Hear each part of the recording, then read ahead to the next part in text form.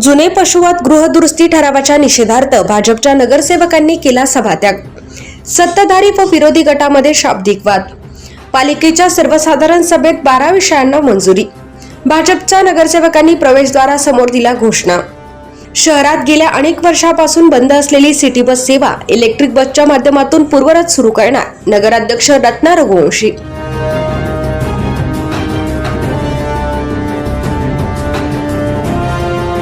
नंदुरबार नगरपालिकेच्या सर्वसाधारण सभेत जुने पशुवध गृह महाराष्ट्र प्रदूषण नियंत्रण मंडळाच्या निकषानुसार दुरुस्ती करण्याबाबतचा ठराव चांगलाच गाजला असून या विषयावर सत्ताधारी व विरोधी नगरसेवकांमध्ये शाब्दिक वाद झाला. यावेळी भाजपच्या नगरसेवकांनी सभात्याग केला. नंदुरबार येथील नगरपालिकेची सर्वसाधारण सभा सोमवारी नगराध्यक्ष रत्ना रघुवंशी यांच्या अध्यक्षतेखाली घेण्यात आली. यावेळी उपनगराध्यक्ष प्रथमेश चौधरी, मुख्याधिकारी राहुल वाघ यांच्यासह विविध विषयांचे सभापती तसेच सत्ताधारी व विरोधी गटाचे नगरसेवक उपस्थित होते. आजच्या सर्वसाधारण सभेत 12 विकास कामांसह विविध विषयांचा समावेश आहे. 6व्या क्रमांकाचा ठराव महाराष्ट्र प्रदूषण नियंत्रण मंडळाच्या निकषानुसार जुने पशुवध गृह दुरुस्तीचा विषय घेण्यात आला होता. यावेळी भाजपच्या नगरसेवकांनी या विषयाला विरोध करीत सभात्याग करून भाजपचे सर्व नगरसेवक सभागृहाबाहेर निघून गेले. भाजपच्या नगरसेवकांनी नगरपालिकेच्या प्रवेशद्वारासमोरील वरील विषयाचा विरोध करीत या ठरावाच्या निषेधार्थ फलक घेऊन घोषणा दिल्या. यावेळी विरोधी पक्षनेते हिरालाल चौधरी यांच्यासह भाजपचे नगरसेवक उपस्थित होते. पालिकेमार्फत शहरातील नागरिकांसाठी गेल्या अनेक वर्षापासून बंद असलेली सिटी बस सेवा पूर्ववत सुरू करण्यासाठीचा विषय घेतला. त्या विषयाला मंजुरी देण्यात आली. शहरात 4 इलेक्ट्रिक सिटी बस सुरू करण्यात येणार असल्याचे नगराध्यक्ष रत्ना रघुवंशी यांनी सांगितले. यावेळी नगराध्यक्ष, विरोधी पक्षनेते तसेच आमदार चंद्रकांत रघुवंशी काय म्हणाले ते पाहूया.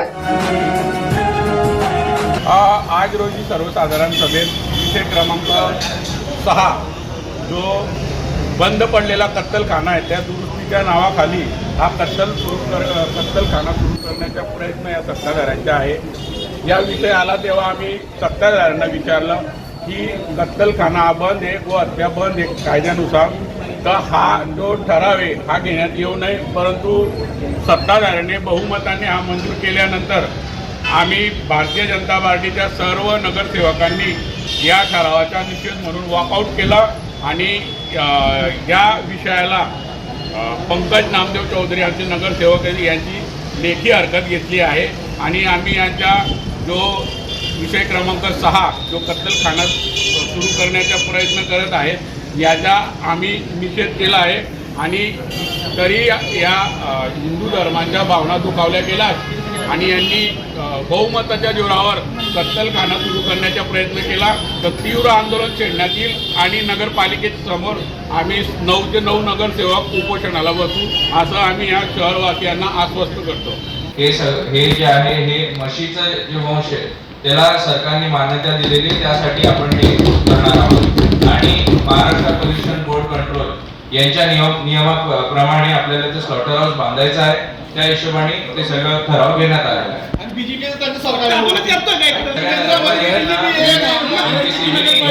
आहे. महाराष्ट्र पोल्युशन कंट्रोल बोर्डने हे दिलेलं आहे सगळ्या नगरपालिकांना आणि सगळ्याच ठिकाणी हे कार्य चालू आहे. पण सगळे होतात त्या सभागृहात सगळे विषय एकूण 12 विषय होते आमचे. पण 6व्या विषयाला विरोधकांनी सभात्याग केला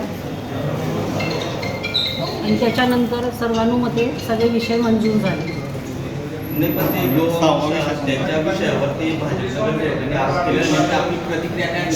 गोवंश हत्याला आमचा सगळ्यांचा विरोध आहे. बघा, आपण सगळे हिंदू बांधव आहे.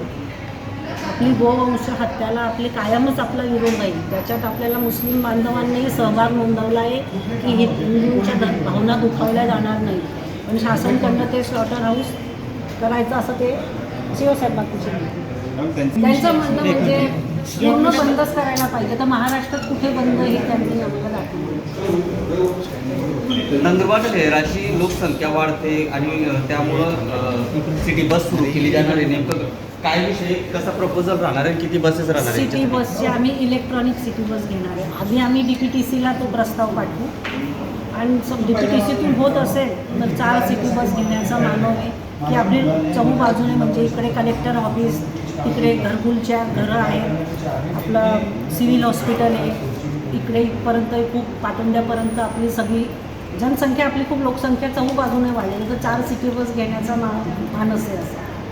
तर त्याला DPTCने परवानगी दिली तर त्यांच्याकडनंच 4 घेऊ, नाहीतर मग BOT तत्वावर करू, पण सिटी बसची व्यवस्था करायची नंदुरबारच्या जनतेसाठी. शहरात जर सिटी बस सुरू झाली तर नेमके याचे काय फायदा, किती लोकांना होऊ शकतो, काय अंदाज आहे? ज्यांचे कलेक्टर ऑफिसला गरीब वर्ग आहे त्यांना खूप फायदा, मध्यमवर्गीय गरीब वर्ग आहे, ज्यांचे सिव्हिलला पेशंट राहतात, गरीब बिचारा 50-100 रुपये रिक्षावाले कोणी बी घेऊन देतात, त्यांना हा फायदा आहे. आदरणीय मोदी साहेबांनी जो कायदा केला त्या कायद्यामध्ये गोवंशाला बंदी आहे. गोवंश सुरू करण्यासाठी हा ठरावच नव्हता. हा ठराव होता म्हशीच्या वंशाला सुरुवात करायची आणि हायकोर्टाची ऑर्डर आहे, त्या हायकोर्टाच्या ऑर्डरप्रमाणे सरकारच्या नियमाप्रमाणे स्लॉटर हाऊस बनवायचं. आज आमचं स्लॉटर हाऊस नियमाप्रमाणे नाही आहे. तिथं ज्या सुविधा MPCBच्या निकषाप्रमाणे पाहिजे त्या सुविधा तिथं नाही, म्हणून ते बंद आहे. आता हायकोर्टाने असं म्हटलं आहे की तुम्ही प्राधान्याने कायद्याची पूर्तता करून त्याला सुरू करा. त्याच्यासाठी आम्हाला कन्सल्टंट नेमायचा आहे. आम्ही गोवंश सुरू करणारच नाही, पण ज्याला आदरणीय मोदी साहेबांनी परवानगी दिली आहे त्या म्हशीच्या वंशाला परवानगी नंदुरबार नगरपालिकासुद्धा देईल. पण हे जे नगरसेवकांकडनं ज्या पद्धतीने आंदोलन केलं जात आहे किंवा वॉकआउट केलं जातं, याचा अर्थ नेमकं काय? ते त्यांनी समजून घ्यायचं आहे ना. त्यांचं केंद्राचं सरकार आहे, त्यांना कळलं पाहिजे की त्यांच्या नेत्याची काय भूमिका आहे. त्यांच्या नेत्याची भूमिकेच्या प्रमाणे तिच्याशी विसंगत वागणं हे त्यांनी योग्य नाही. उलट त्यांनी आज बायकॉट केला त्याबद्दल मी त्यांचे आभार मानतो. आणि त्यांनी मला दरवेळेच्या सभेमध्ये सांगावं की त्यांचा वादग्रस्त विषय कोणता आहे, मी दुसऱ्याच नंबरला तो ठेवून देईल. म्हणजे त्यांना दर सभेमध्ये बायकॉट करायची माझ्यासाठी मदतीचं होऊन जाईल. त्यांनी बायकॉट केलं त्याबद्दल मी त्यांचे आभार मानतो.